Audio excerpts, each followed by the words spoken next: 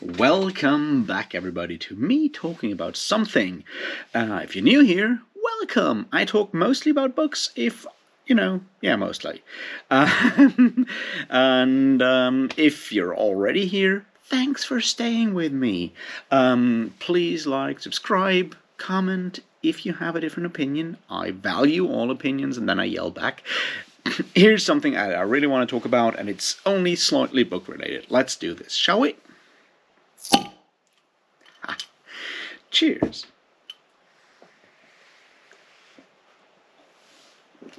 All right, so recently I got a bunch of comments that made me think, and then when I, fail at thinking, I go and talk because it's easier, right?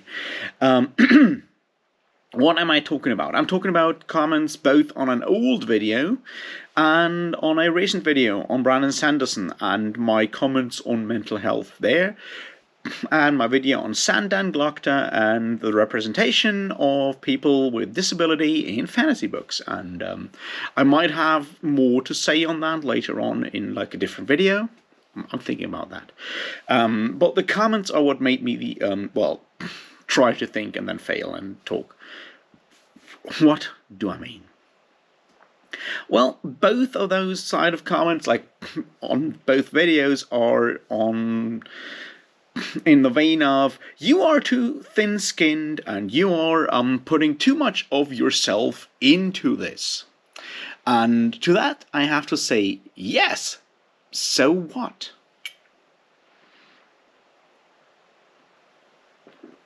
And this is what I want to talk about for today. It is reflection on, being marginalized, so to speak, having health issues, whether they're mental health issues or a physical disability, like in my case, and whether that gives us the right or maybe the responsibility to talk about it and how to read these kind of things. So let's do that, shall we? And I'll mostly focus on the Sandan Glokta one because I think it's easier to do it that way. Roughly a year ago, I made a video on Sandan Glokta in the First Law trilogy and why I think there's problems with that character as a representation of a person with a disability. And I got a comment on that said, you are too thin-skinned, write your own book, then you can have the characters that you want. And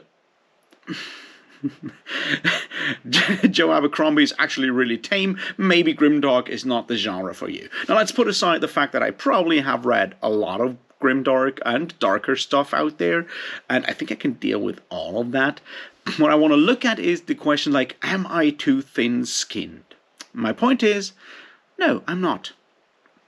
Because I am, and this is what I want to focus on, is as someone with from a specific group with specific experiences, in that case being having a disability, a physical disability, I feel I have a very specific insight into how it is to be that kind of person. Now, am I Sandan Glokta? Hell fucking no. But I might have a very specific perspective on that. On the situation of living with, the fact that you have something that is visible to others as a disability. There's a lot of societal issues that come into that because people can recognize it immediately. So, oh, there goes the blind dude. There goes, not to put too fine a point on it, the cripple. It's something that is very, very difficult for the outside world to ignore, which is why I want to focus on this one and then later on move on towards the neurodiversity / mental health aspect. So I feel I do have some insight there. Does Joe Abercrombie have the same? No, and he doesn't have to.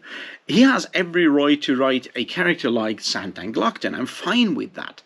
Sandan Glokta is by far not the worst representation I've ever seen of a person with disability. That's not what I said back there. My point was, and still stands, is like, I feel that it does a disservice to people with a physically visible disability to be represented that way. There's some harm that is done there. And that's all I have said there. And I think I have that specific right because it borders my personal experience. Does that mean that everyone has to hate that character? No, of course not. Does it mean that if you really like that character, that there is something wrong with you? No, of course not. Does it mean that I'm personally criticizing you for liking that character? Of course not. Because you don't have my personal specific experience. But at the end of the day, this is my channel. This is about me, about my personal experiences, and what I think I could share of those with the world out there. So calling me thin-skinned for pointing out that for someone with a disability, this feels,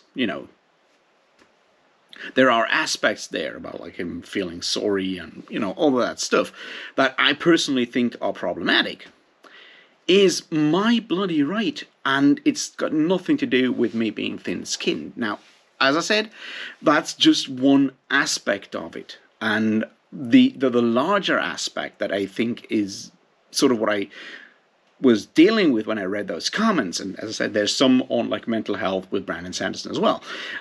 The problem that I was like facing with when I read that comment is like, how do you react to that kind of thing? It's like, do you ignore it? Do you just delete it? Do you try to write something? Do you get like super angry? I felt kind of pissed off because someone told me that I should probably not read Grimdark. I was like, yeah, no, what? I've read all of Game of Thrones. I read all of Joe Abercrombie. I read a bunch of Cormac McCarthy and stuff. That stuff is way grimmer. It's like that part pissed me off way more than the other bit, because this is the big one. I felt that telling me that I should read something else attacked my qualifications, something that I can change. I can read whatever I choose to read. I can't change the fact that I'm blind. That's the bit I can't change. But, and this is the other part, the part that I can't change, the part that is being blind, is the bit that is very difficult for someone else to understand. Understand, empathize with, like, put yourself into my shoes, that kind of thing. And this is why I was, like, struggling with the question of whether I should do this video or not, right? Is as people from a marginalized group, in this case, me being blind, we always face that question of whether we should communicate about it, tell the world about it, and so forth, or not. Is it our responsibility to tell the outside world? The answer is no, it's not our responsibility. Would it help? Of course it would. Yeah.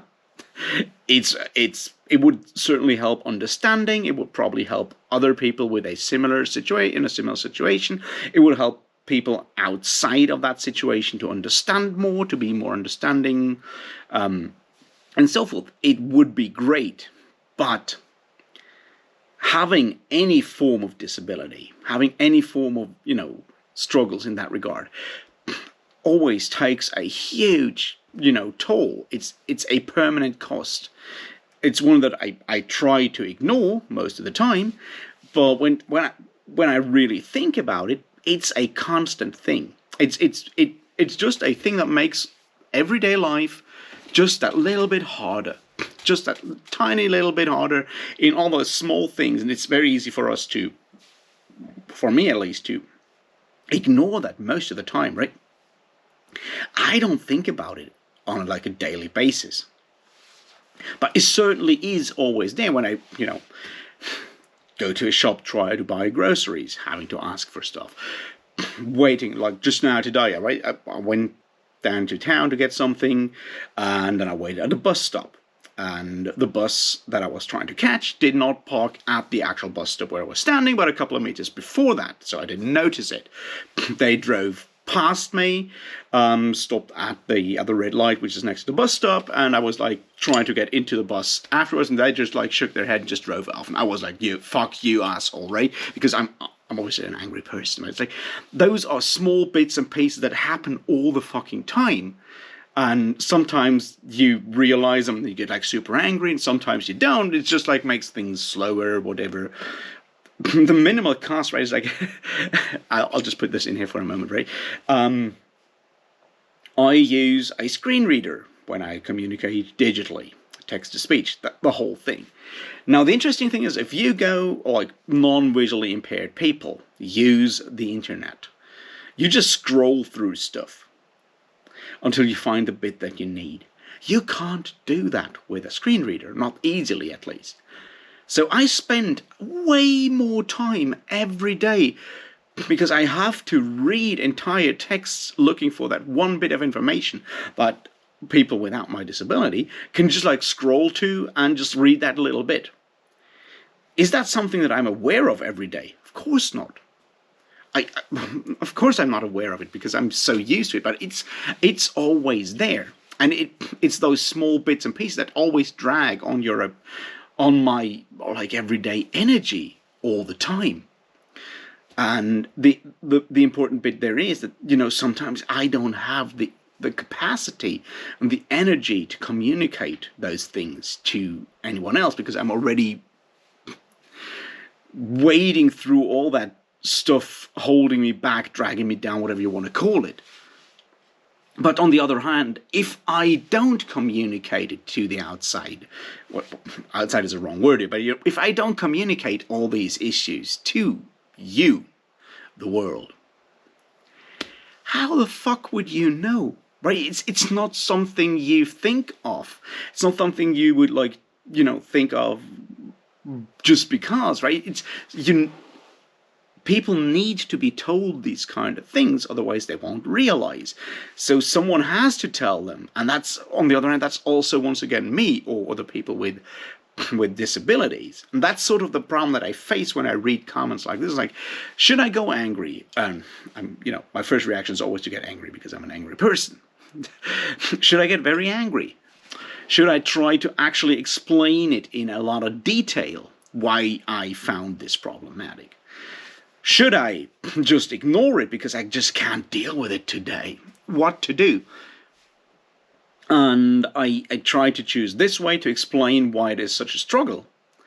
And then also give you an explanation on why maybe calling me thin-skinned is kind of wrong. Because unless you're in my very specific situation, you have no fucking right to call me thin-skinned. Just as I don't have the right to call you thin-skinned unless you're in my situation. That's the point. We are fucking individuals, and every single time we read something, we watch a movie, it will hit each and every one of us in a very, very specific way, and that way is valid. If you go and tell someone, oh, you're just like thin-skinned, I think you're projecting your personality in there. Yes, of course I am. We all project our personalities into every single thing we read, watch, and listen to. That's how media reception works, for fuck's sake. And if you claim that for someone else, it's most likely because you don't agree with that person, which also is fine. And if I voice my opinion here and you have a different opinion, that's your opinion. You're valid with that. You can love Sandan fucking Glokta. That's alright. I'm just saying, from where I'm standing, it's not a good representation of a person with a disability. I think I have some qualification to judge him that way.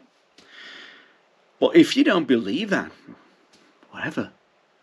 I just felt, and I just still think that me pointing that out might help other people get some part of like that perspective of how it might feel for other people that have, you know, physical disabilities, and thus do that kind of job that I'm not obliged to do, that I have no obligation to do, but kind of still have, because if I'm not doing it, no one will. And them being told that maybe I should not do that just really drags me down and made me kind of sad, but also very angry. Alright, there we are, and kind of the same goes for mental health, of course. Because see here, the problem with mental health, of course, is you can't see that, right? It's easy. I walk on the street, you walk past me, you see me using a stick, you're like, oh yeah, there's a blind person. I don't use that stick. You just see a picture of me somewhere, it's like, that's a person who really doesn't care about like hairstyles and beards. But you don't know whether I have depression or, I'm neurodivergent with ADHD. You don't know that stuff until I tell you, which makes it even harder for people struggling with mental health, because we need to already get out there and tell you that we have that specific thing. That we struggle with that specific thing, because otherwise you don't know. And it's really important to understand and to accept that, because at the end of the day, every time we say something and you're like, oh, you're just like thin-skinned, it's like, no, please understand that for everything we do out there, every time we talk about something that is connected to our neurodivergence, our mental health, every single time we do that, that is already an extra effort on our part that we have to do, because once again, no blame attaches. You don't know that from the outside if someone else has that, right? That's the huge problem there. So calling someone thin-skinned just feels like a fucking punch in the nuts. And you know what? Usually in that situation, I punch back, because I'm that kind of guy. I just get like very angry. And that won't help anyone. So maybe think about why you would call someone else thin-skinned. Maybe it is because, yes, this actually, strikes a chord with them. There's a reason why that has that effect on that person. That doesn't mean that your personal experience with a specific book, movie, YouTube video isn't valid. That's not what we're saying. What I'm saying in that situation is that for me, it feels like a slap in the face if Brandon Sanderson says what he says.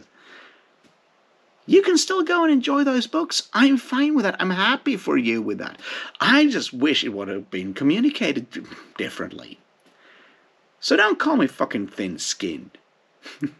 Please. Anyway, that's it for now. See you around. Cheers.